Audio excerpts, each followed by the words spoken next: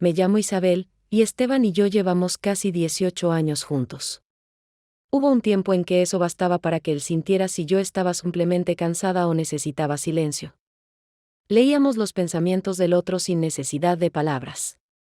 Pero desde hace ya bastante tiempo entre nosotros no hay ni peleas ni ternura, solo muros que hemos aprendido a rodear para no tocarlos por accidente. Antes no me daba cuenta.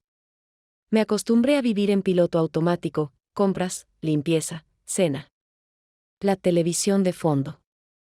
La sensación de vacío llegó de forma imperceptible, reemplazando poco a poco lo que alguna vez fue vida.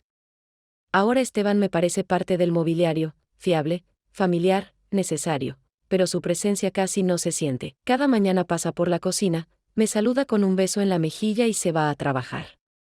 Cada noche regresa y se sienta a verlas noticias, soltando alguna frase sobre el clima o los vecinos. Pero hace mucho que dejó de preguntarme cómo estuvo mi día o si estoy cansada. Ni siquiera recuerdo cuándo fue la última vez que le conté algo importante, creo que hace medio año. Al principio me molestaba. Luego me acostumbré. Ahora no estoy enojada con él. Simplemente me cuesta respirar en una casa donde todos están ocupados con lo suyo y nadie ve cómo me voy apagando poco a poco. Nuestro hijo, Mateo, es estudiante. Pasa todo el día trabajando en distintos proyectos. Llega tarde a casa y no solo, siempre con algún amigo. A veces me siento de más en esta casa, como si fuera solo el fondo de conversaciones y risas ajenas. La semana pasada, cuando Esteban se fue al trabajo, me senté a la mesa e intenté recordar qué era lo que tenía planeado hacer ese día. Frente a mí había una lista de compras, al lado las facturas de electricidad y teléfono, y un montón de recetas anotadas hace tiempo que nunca puse en práctica. Cuanto más miraba esos papeles, menos sentido les encontraba. Me levanté y recorrí las habitaciones. Nuestra casa es nuestra vida, todo conocido, todo en su sitio. Pero ahora se ha vuelto vacía. Ya no me dan ganas de mantener el orden como antes, porque ese orden ya no me trae alegría. Al acercarme al espejo, observé mi reflejo. Una mujer cansada, que ya olvidó lo que es simplemente ser feliz. Antes sonreía con sinceridad y a menudo, ahora, solo por costumbre. Ni siquiera me habría dado cuenta de esto, si no fuera por esa extraña sensación de que había perdido algo importante, y ni siquiera me había dado cuenta de ello. Esteban volvió a casa más temprano de lo habitual. Me preguntó si pasaba algo. Le dije que no. Pero me dolió. Por primera vez en todo este tiempo notó mi cansancio solo cuando ya era evidente incluso para mí misma, y fue entonces cuando entendí que él no había desaparecido. En realidad, yo hacía tiempo que había dejado de notarlo. Y a mí misma también. Unos días después, justo volvía del supermercado con las manos cargadas de bolsas pesadas, cuando noté, frente a la entrada de nuestro edificio, una silueta familiar. Era Emilio, amigo de nuestro hijo, que solía venir a casa para trabajar en proyectos estudiantiles con Mateo. Mateo aún no había llegado. Y sentí una ligera irritación al pensar que otra vez tendría que fingir alegría por la visita de un invitado más, cuando en realidad lo único que deseaba era quedarme en silencio y en paz, para intentar al menos por un momento ordenar mis pensamientos. Pero cuando Emilio me sonrió con esa calidez sincera y se disculpó por llegar temprano, explicando que habían acordado con Mateo encontrarse a esa hora, mi tensión empezó a disiparse inesperadamente, dando paso a una leve simpatía hacia ese chico, que siempre me había parecido educado y modesto. Le dije que mi hijo se retrasaría y no llegaría en al menos media hora, pero Emilio respondió que con gusto lo esperaría allí, si no me molestaba. Luego, con toda naturalidad, tomó las bolsas de mis manos y las llevó a la cocina, como si fuera lo más lógico del mundo. Comenzamos a conversar, al principio de cosas sin importancia, como había sido mi día, luego sobre algunos detalles menores de su proyecto universitario, y poco a poco sentí lo fácil que era compartir con él mis pensamientos, incluso aquellos que no había compartido con nadie desde hacía mucho, porque en nuestra familia esos temas solían considerarse innecesarios, de más, o simplemente sin importancia. Con inesperado agrado le hablé sobre mi antiguo trabajo en la redacción de una revista. Sobre sueños que no se cumplieron pero que aún a veces regresaban como un eco lejano, y sobre cuánto extrañaba esas conversaciones simples, sin obligaciones, en las que no tenía que decidir nada ni preocuparme por nadie. Emilio me escuchaba con atención, interviniendo de vez en cuando con alguna observación, y de pronto me di cuenta de que le sonreía con total sinceridad. No por cortesía ni por costumbre, sino porque realmente me gustaba escucharlo, con su voz cálida y tranquila, y esa mirada sosegada y atenta, que me parecía demasiado madura para alguien de su edad. Cuando finalmente llegó Mateo y rompió el hilo de nuestra conversación, me sentí un poco desconcertada, como si de pronto volviera a la realidad, pero al mismo tiempo agradecida de que ese extraño estado terminara justo en ese momento, antes de que pudiera pensar demasiado en lo que acababa de pasar por mi mente. En tan poco tiempo, sin embargo, incluso después de que los chicos se encerraran en la habitación de Mateo para seguir trabajando en su video, yo seguí un rato de pie junto a la mesa de la cocina, intentando entender por qué esa visita inesperada había dejado en mis pensamientos una huella tan profunda.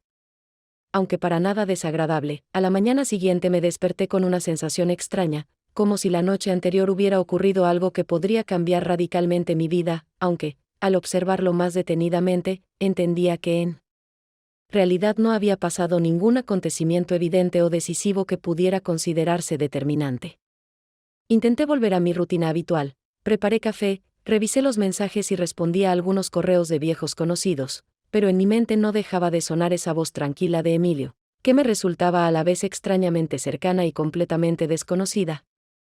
Como si ese chico, que tantas veces había estado en nuestra casa, de pronto se me revelara desde otro ángulo, mucho más profundo, que antes no había notado o que quizás no había querido ver conscientemente. Más tarde, al preparar otra taza de café, me acerqué al espejo y, para mi sorpresa, noté que me había pintado los labios esa mañana, algo que no hacía desde hacía mucho tiempo, especialmente entre semana, cuando la mayoría del día lo pasaba en casa, ocupándome de tareas domésticas o leyendo si, por casualidad, encontraba un momento libre entre las grises y monótonas preocupaciones cotidianas. Sorprendida por este cambio en mi comportamiento, recordé cómo la última vez que Mateo iba a traer a sus amigos a casa, cambié mi viejo suéter casero por uno nuevo que había comprado meses atrás, pero que nunca había usado porque sentía que en casa no importaba cómo me viera.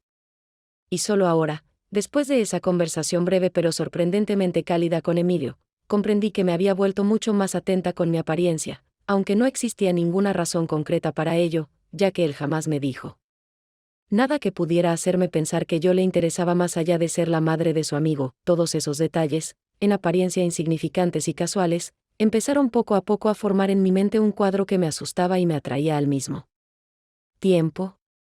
Porque resultaba increíble pensar que yo, una mujer adulta con familia, pudiera siquiera considerar que un chico joven pudiera ver algo más en mí que a una conocida, y que yo misma pudiera reaccionar a eso, aunque solo fuera en mi interior.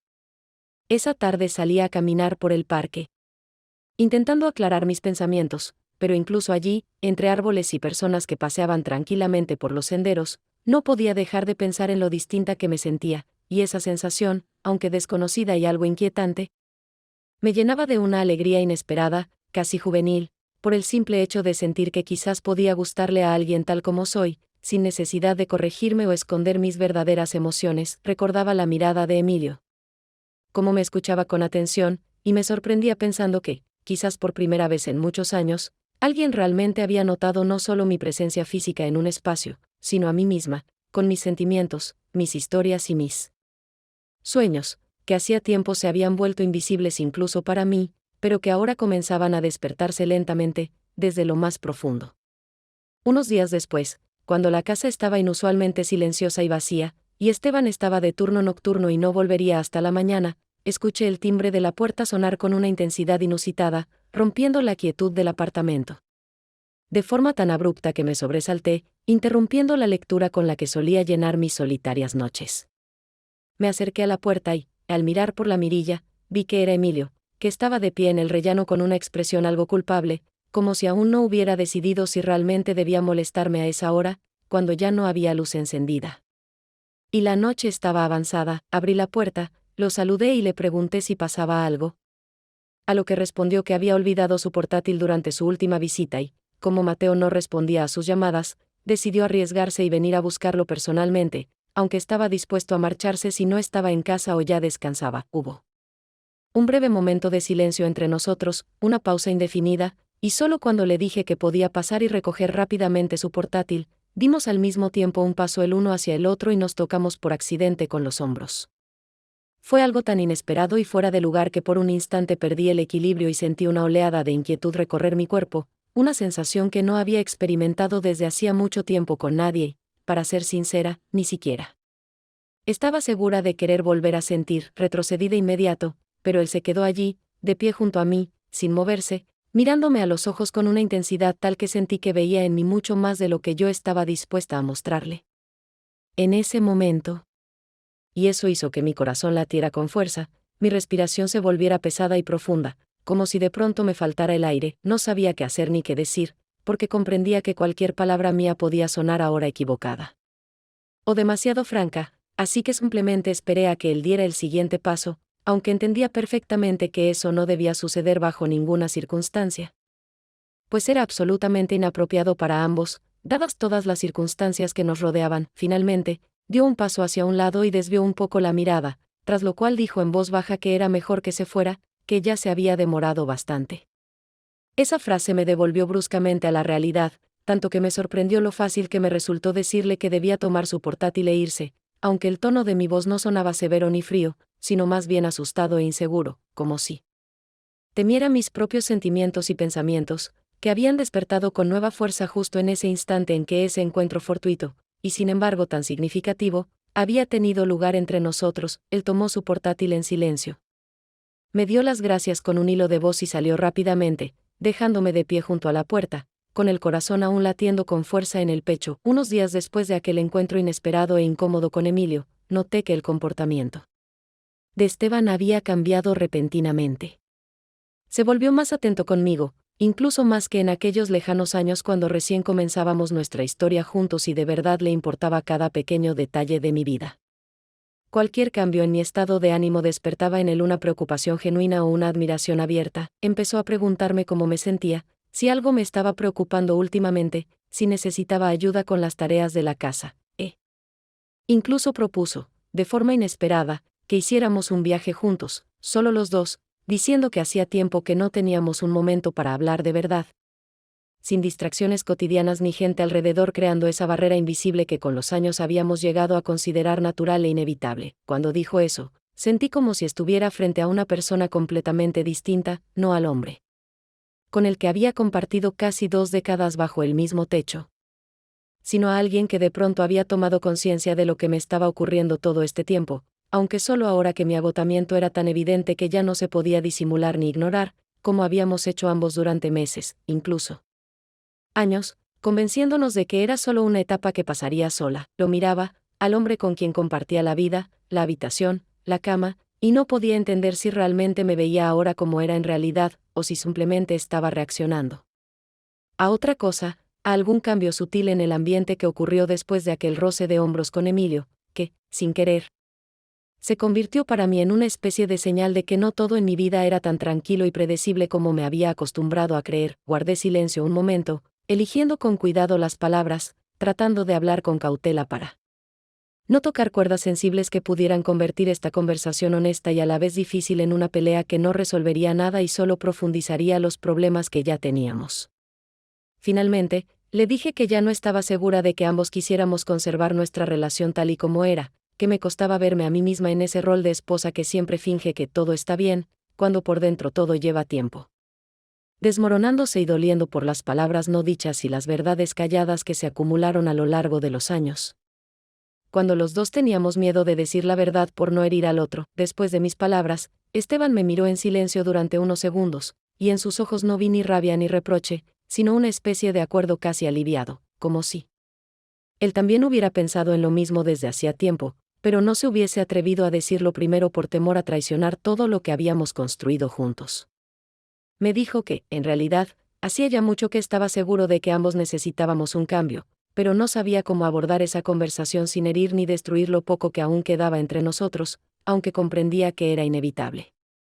Y que tarde o temprano tendríamos que afrontar la verdad. En ese momento sentí una mezcla extraña de alivio y angustia, como si ambos hubiéramos abierto una puerta detrás de la cual nos esperaba una realidad completamente distinta, y ahora teníamos que tomar una decisión que habíamos evitado durante mucho tiempo, aunque ya sabíamos que era ineludible. El siguiente viernes Mateo y Emilio volvieron a reunirse en nuestra casa para trabajar en su proyecto universitario, y yo, como de costumbre, accedí a ayudarles con algunos detalles de edición visual, aunque esta vez tenía una sensación extraña, una especie de presentimiento de que este encuentro sería mucho más complicado que los anteriores, porque entre Emilio y yo ya existía un entendimiento silencioso, algo que resultaba a la vez agradable y profundamente inquietante para mí. Estábamos sentados alrededor de la gran mesa de la cocina, cubierta de portátiles, cámaras y todo tipo de objetos que los chicos usaban para sus grabaciones.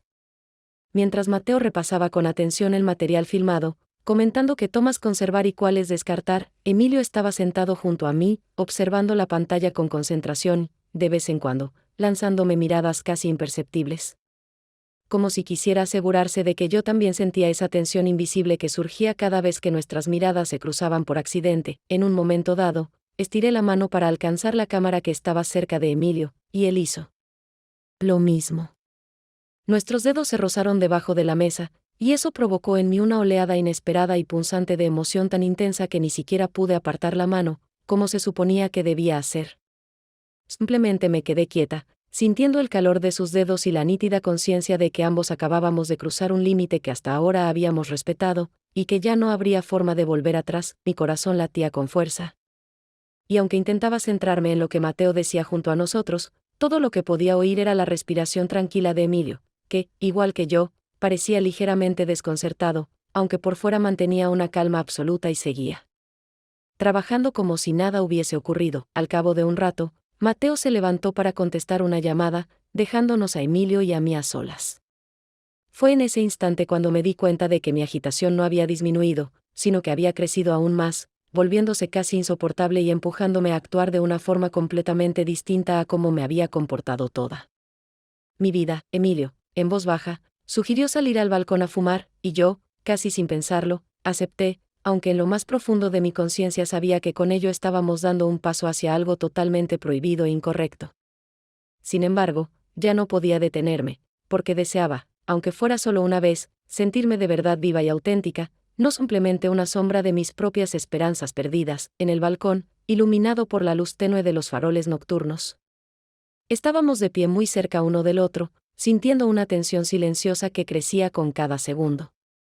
Cuando Emilio finalmente rompió el silencio y dijo que estaba completamente confundido con sus sentimientos y que no sabía qué hacer, yo simplemente respondí que entendía perfectamente lo que decía, porque yo también me sentía así desde hacía mucho, aunque había intentado esconderlo, tanto de él como de mí misma, y en ese momento, como guiados por algo mucho más fuerte que nosotros, dimos un paso al mismo tiempo el uno hacia el otro, y sentí sus labios tocar los míos, primero con suavidad, casi con timidez, y luego con más firmeza, como si ese beso fuera lo único que podíamos hacer en ese instante, aunque supiéramos que era absolutamente inadmisible para ambos. Los días siguientes a ese beso inesperado e impensado con Emilio transcurrieron para mí en un extraño estado de semi-inconsciencia. Casi sin darme cuenta, me dedicaba a las tareas del hogar, cocinaba, limpiaba la casa, respondía mensajes de conocidos, pero por dentro estaba completamente sumergida en pensamientos sobre lo que había sucedido entre nosotros en el balcón, y sobre las consecuencias que ese momento, aparentemente insignificante, podía traer a nuestras vidas. Me descubrí evitando estar en la cocina o en el salón cuando podía coincidir allí con Mateo, porque temía que mi hijo, siempre tan atento a los cambios en mi estado de ánimo, notara algo raro o fuera de lugar en mi comportamiento, y no quería responder preguntas para las que ni siquiera yo tenía aún una respuesta clara. Aún más difícil era comportarme como si nada hubiera pasado cuando Esteban regresaba a casa. Lo sentía más callado y pensativo. Aunque no decía nada en voz alta ni me preguntaba directamente, pero yo percibía que notaba mi tensión interna. Sin embargo, al igual que yo, evitaba cualquier posibilidad de iniciar una conversación incómoda que pudiera conducirnos a confesiones dolorosas, incluso, a la ruptura definitiva de lo poco que quedaba entre nosotros. En cuanto a Emilio, desde aquel viernes que lo cambió todo, no volvió a escribirme ni a llamarme, como si él mismo estuviera asustado por lo que había pasado y ahora solo intentara evitarme. Probablemente consciente de que su repentina desaparición podía ser la manera menos dolorosa de evitar mayores problemas. Pero para mí, ese silencio era más hiriente que cualquier palabra o acción. Me sorprendía a mí misma revisando el teléfono una y otra vez, esperando inconscientemente un mensaje que nunca llegaba. Ese silencio se volvía cada vez más pesado, porque me impedía comprender del todo qué significaba aquel beso y qué había cambiado realmente en mi interior a partir de él. Incluso cuando Mateo mencionó en alguna ocasión que Emilio se comportaba de manera extraña, que iba menos a la universidad y que ya no venía a casa, yo respondía con frases neutras, diciendo que seguramente estaría ocupado o que tendría otras cosas que hacer, aunque por dentro sabía perfectamente cuál era la verdadera razón de su ausencia. Una noche, mientras cenábamos con Esteban sentados uno frente al otro, tuve la clara sensación de que entre nosotros ya no existía simplemente el silencio rutinario de todos los días, sino una especie de abismo lleno de palabras no dichas y emociones reprimidas, que se hacía cada vez más profundo con cada minuto que pasaba. No sabía cómo atravesar esa distancia, ni siquiera si valía la pena intentarlo. Él notó mi mirada y me preguntó si todo estaba bien, aunque lo dijo con un tono que sonaba más a súplica que a verdadera curiosidad, como si ya supiera la respuesta, pero esperara que yo negara lo evidente, y así pudiéramos volver a ese silencio cómodo al que nos habíamos acostumbrado durante años, pero en lugar de eso, simplemente le dije que no estaba lista para hablar de ello, que necesitaba tiempo para entender qué estaba pasando realmente conmigo. Y le agradecí en silencio por no insistir, por no decir nada más, por solo asentir con la cabeza y seguir cenando en silencio, como si entendiera que aún no era el momento de hablar ni de dar explicaciones. Ese silencio entre nosotros ya no era resignación ni arrepentimiento. Era miedo. Miedo a lo desconocido, a lo que podría salir a la luz si empezábamos a hablar con honestidad. Miedo a que, después de esa conversación, ya no fuera posible volver atrás, vivir como si nada hubiera pasado. Pasó casi una semana hasta que, por primera vez después de todos esos eventos confusos y dolorosos con Emilio, pude salir de casa sin sentir esa molesta y opresiva presión que me acompañaba cada vez que cruzaba el umbral de nuestro apartamento, como si fuera allá afuera, donde me esperaban las cosas para las que aún no estaba preparada, y que podían terminar por desequilibrarme del todo. Esta vez volvía del mercado, cargando bolsas llenas de verduras y frutas que había seleccionado con esmero durante más de una hora, intentando distraerme de mis pensamientos y construir, aunque fuera por un momento, la ilusión de una vida normal y cotidiana, como la que hasta hace poco me parecía tan sencilla y comprensible, pero apenas había caminado unos minutos por la calle que lleva a la estación de metro, mi atención se detuvo bruscamente en una figura familiar que venía en dirección contraria, y el corazón comenzó a latirme con fuerza cuando reconocí a Emilio. No iba solo. Caminaba de la mano con una chica joven, bonita, que sonreía mientras le contaba algo alegre, con esa expresión despreocupada y luminosa de quienes están enamorados sin complicaciones. Casi instintivamente bajé la mirada, fingiendo observar con atención el contenido de mis bolsas, aunque en realidad no veía ni oía nada más que el latido agitado de mi propio corazón, que en ese momento sonaba demasiado fuerte como para oír cualquier otra cosa. Y sin embargo, estaba absolutamente segura de que Emilio me había visto. Pero no dio ninguna señal de ello. Pasó junto a mí como si fuera una desconocida, una mujer cualquiera que simplemente se cruzó en su camino. Esa indiferencia me dolió, pero al mismo tiempo sentí un extraño alivio. Porque entendí que por fin podría soltar esos pensamientos y emociones indefinidas que me habían mantenido en un estado constante de tensión durante los últimos días, cuando no lograba comprender qué significaba realmente lo que había ocurrido entre nosotros, ni porque él actuaba como si nunca hubiera pasado. Esa noche, ya de vuelta en casa, no encontraba la manera de estar tranquila. Intenté ocuparme con cosas habituales, leer, ver televisión, preparar la cena. Pero ninguna de esas actividades logró borrar la imagen de Emilio y aquella chica de mi cabeza. Sin embargo, sabía con claridad que no era celos lo que sentía. No era enojo, ni siquiera tristeza. Era una especie de vacío, algo nuevo y profundamente silencioso que apareció al darme cuenta de lo poco que yo misma sabía lo que quería de ese vínculo, de lo perdida que estaba en mis propios sentimientos, que habían surgido de forma tan repentina y tan intensa que ni siquiera tuve tiempo de comprenderlos del todo. Aquella noche apenas logré dormir. Me quedé acostada mirando la oscuridad, escuchando el silencio de nuestra casa, en la que hacía tiempo ya no se sentía ni calor ni refugio. Y por primera vez en mucho tiempo me sentí completamente sola, aunque mi marido dormía tranquilamente en la habitación de al lado, y mi hijo descansaba en la suya. No pensaba ni en Emilio ni en su novia. Pensaba en mí. en quien me había convertido. Y en si todavía podría encontrar el camino de regreso hacia mí misma, o si ya era demasiado tarde para buscar respuestas a todas esas preguntas que durante tanto tiempo había evitado, y que ahora, de golpe, exigían sinceridad y valentía. Unos días después de haber visto por casualidad a Emilio con aquella chica joven, me di cuenta de que mi estado ya no era solo una sensación de vacío interior, sino una completa indiferencia hacia todo lo que me rodeaba, como si todos los acontecimientos de las últimas semanas, que me habían afectado tan profunda e inesperadamente, hubieran perdido por completo su sentido, convirtiéndose en fragmentos borrosos de una vida ajena, que ya no tenía ninguna relación conmigo. Seguía viviendo con la misma rutina de siempre, preparaba desayunos, cenaba con la familia, respondía a las preguntas típicas sobre cómo había sido mi día. Pero lo hacía todo de forma tan mecánica que incluso Mateo, una noche, no pudo contenerse y me preguntó directamente qué me pasaba últimamente, porque estaba tan rara, tan cerrada, como si me hubiera vuelto una persona completamente desconocida. Para él y para Esteban, aunque en apariencia todo siguiera igual, lo miré, sentado frente a mí en la cocina, con esa expresión de preocupación genuina en los ojos.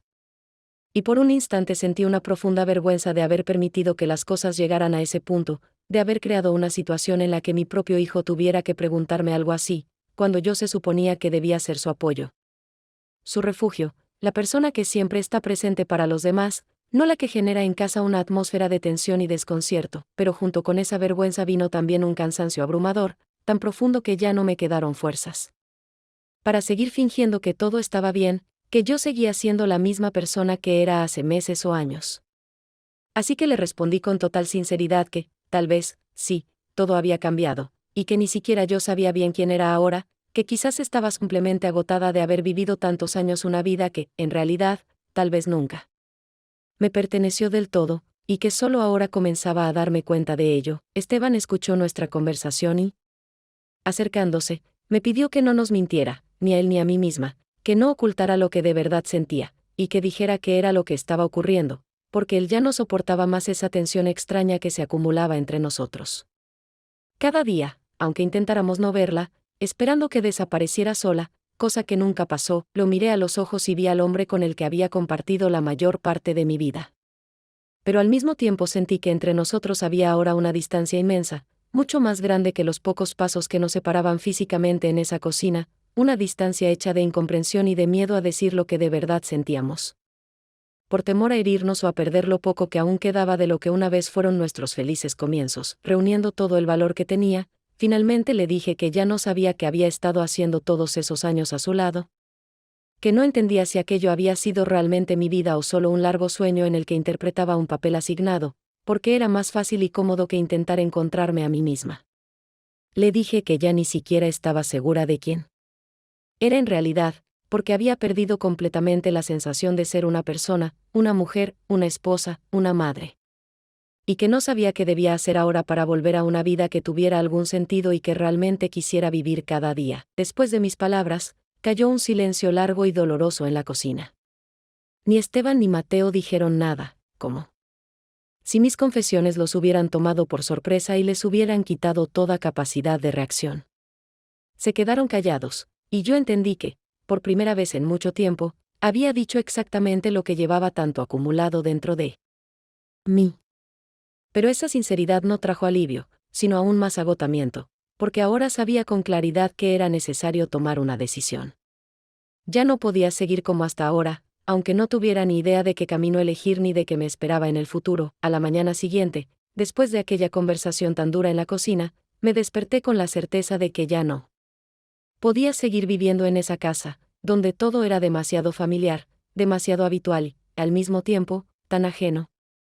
Como si me encontrara en un espacio que alguna vez había creado con mis propias manos, pero que ahora ya no era adecuado para la persona en la que me había convertido, para esa nueva parte de mí que ya no podía seguir siendo ignorada. Comprendí que necesitaba irme, al menos por un tiempo, alejarme de todo lo que me rodeaba y me asfixiaba, sin dejarme respirar con libertad, porque cada pequeño detalle del apartamento me recordaba el pasado, un pasado que ya no podía mirar sin dolor o sin una sensación de protesta interior. Hice las maletas casi en automático, sin pensar demasiado en lo que guardaba, como si mi subconsciente supiera exactamente qué debía llevarme para comenzar una nueva etapa, por más confusa o incierta que ésta fuera. Al salir de casa, sentí una ligereza extraña, mezclada con ansiedad y un vacío indefinido.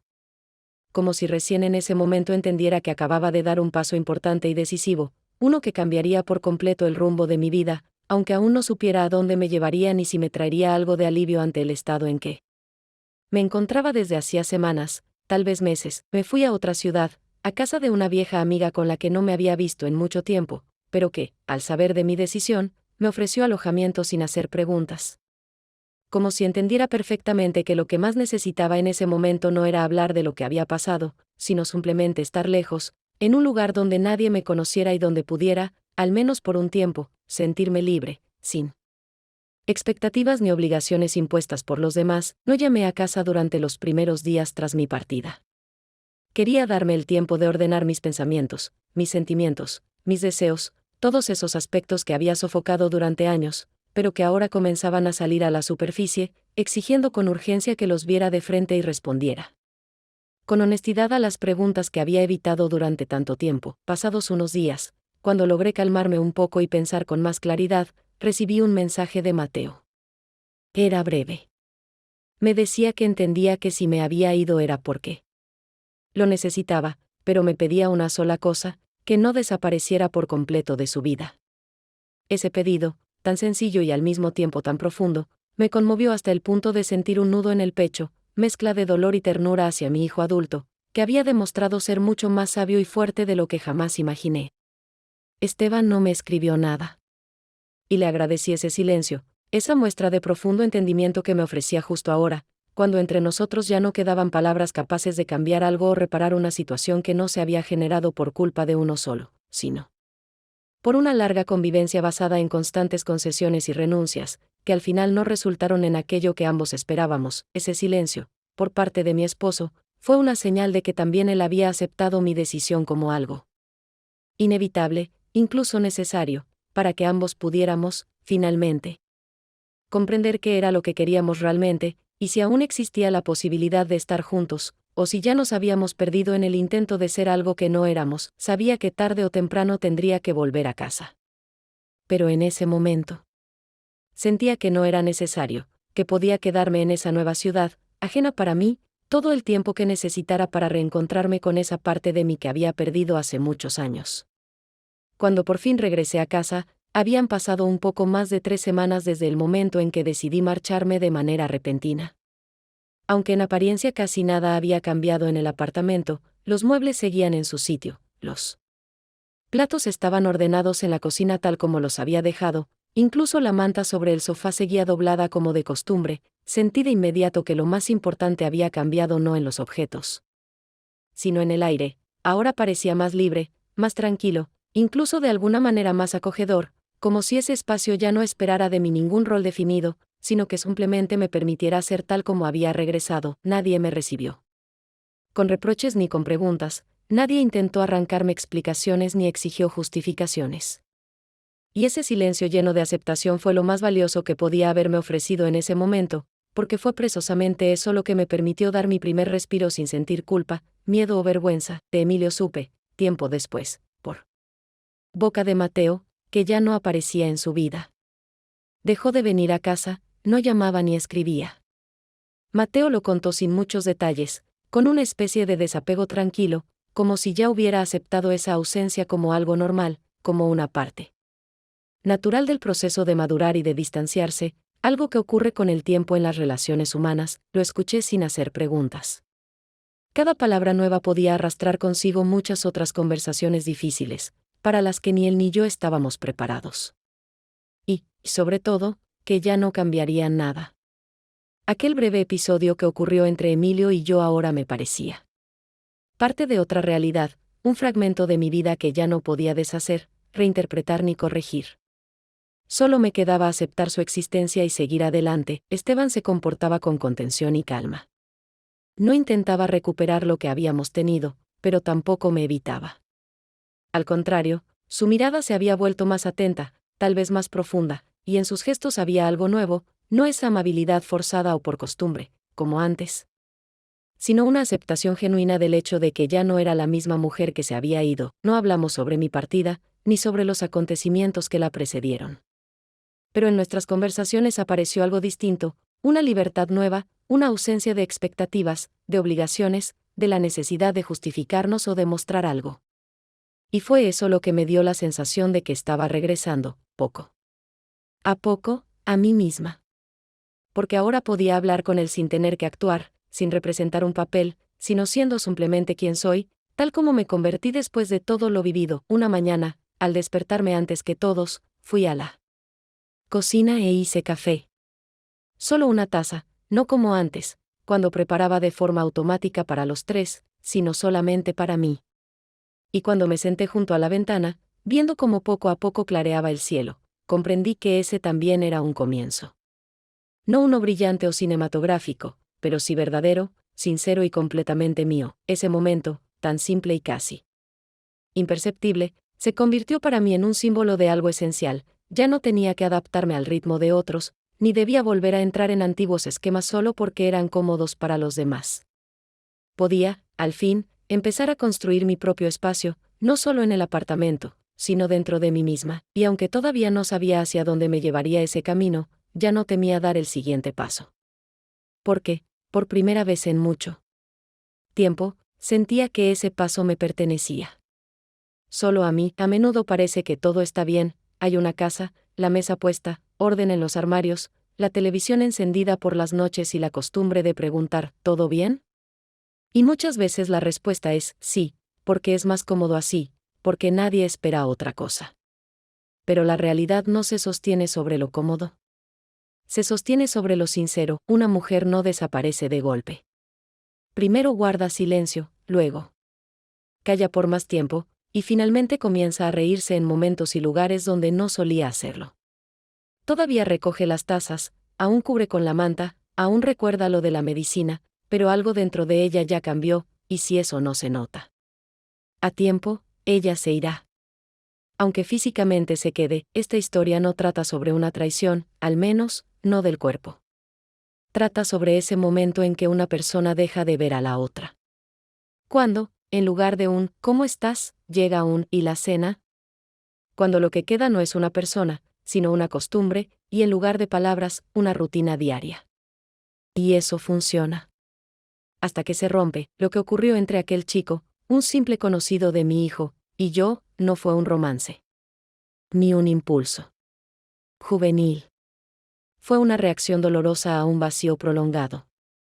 Fue un despertar. De esos que uno no desea repetir, sino evitar. Es curioso, pero después de todo, no dejé a mi esposo. Ni a mí misma. Simplemente, por fin me permití elegir.